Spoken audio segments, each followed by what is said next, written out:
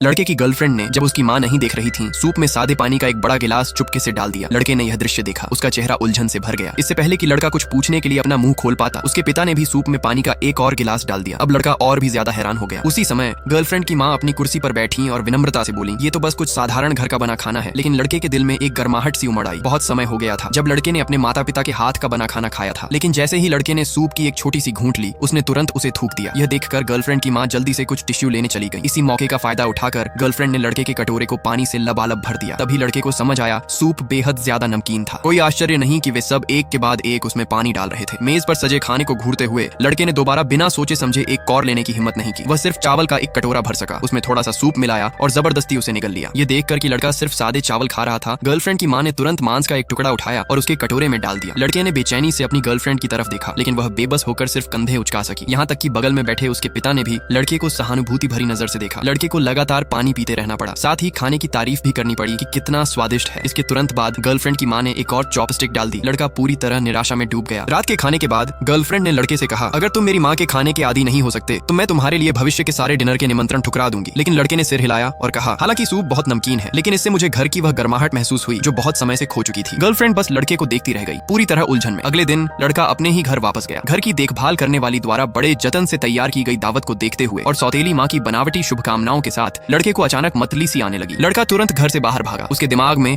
Girlfriend के घर की उस सादी लेकिन सुकून भरी दावत की यादें उमड़ पड़ी। इसलिए लड़का अपनी कार में बैठा और वापस चला गया। जैसे ही लड़के ने मुंह खोला, उसने कहा, आंटी, मुझे आपका सूप फिर से चखना है।